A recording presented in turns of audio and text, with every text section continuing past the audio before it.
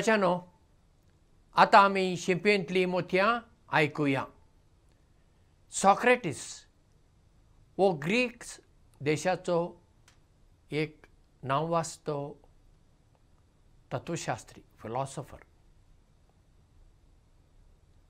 एक दीस तो आपल्या इश्टागेर गेलो, ताका मेळूंक म्हणून थंय गेलो.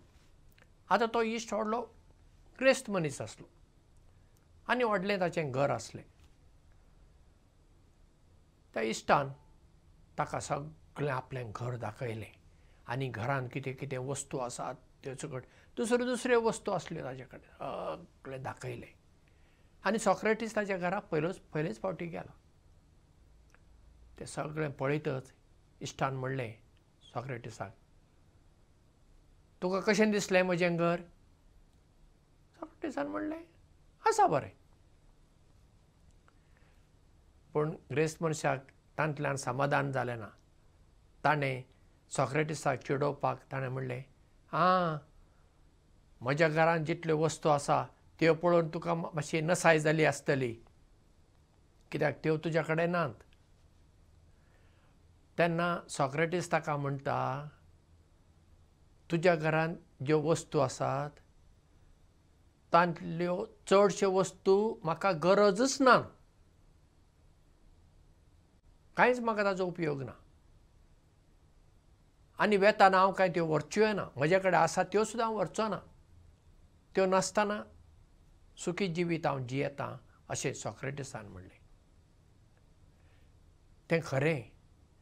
आमचे कडेन कितलीय गिरेस्तकाय आसूं, कितलीय दुडू आसूं, कितलें भांगर आसूं, रुपयां आसूं, कितलीं शेतां भाटां आसूं, केदें व्हडलें घर आसूं, कितल्योय गाडयो आसूं, केदी व्हडली नोकरी आसूं, कितें आसूं, आमी वेताना हो संवसार सांडून वेताना एका सुताच्या कुडक्याचो बारीक बारीक एक कण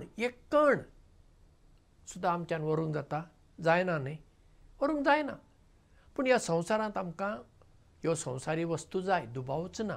पूण त्यो आसा म्हूण आमी गर्वान भरची गरज ना आनी चडांत चड आनी एकठांवपाची गरज ना. जें कितें आमचे कडेन आसा, ज्या वस्तूंची आमकां गरज आसा त्योच आमी आमचे लागीं दवरच्यो आनी एक सुखी जिवीत जियोवचें. आनी जें कितें आमचे कडेन आसा, आमकां ताची गरज ना, आमी दुसऱ्यां मदें वांटून घेवया न्ही. जितलें आमी दुसऱ्यां मदें वांटून घेता तितलें आमकां आमचे इश्टनीय वाडटात, तातूंत आमी दुसऱ्यांचेंय जिवीत सुखी करता. हांव जर सदां म्हजेंच चिंततां तेन्ना म्हजो ह्या संवसारांत उपयोग कितें?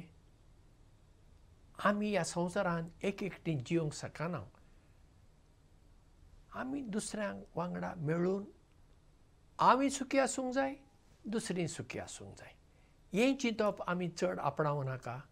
आतां कितें जालां, चड आनी चड स्वार्थ येवंक लागला. आदीं आमचो लोक आख्या संवसारार पूण चड करून भारतांत शेती करतालो आनी सगळे गांवचे लोक एकठांय रावताले, एकठांय जियेताले, एकठांय काम करताले. एकल्याक आनेकल्याची गरज आसताली. आतां कितें जालां, आतां आमी शेती सोडली, आतां आमी शारांनी फ्लॅटांनी रावंक गेल्या आनी भुंय कडेन आमचो संबंद ना. फ्लॅटांनी आमी रावता, आमचें चिंतप फ्लॅट, सारकें फ्लॅट, आनी स्वार्थी आमी जाल्या. हाका लागून आमचें जिवीत सकयल देंवता. आमचें जिवीत अर्थाभरीत जायना. आमच्या जिवितांत खरी खुशालाय येना. जिवितांत खरी खुशालाय येता हांव दुसऱ्यां बरोबर जियेतां. हांव जिवितांत वयर सरतना दुसऱ्यांकूय म्हजे बरोबर हांव वयर सरूंक आदार करतां.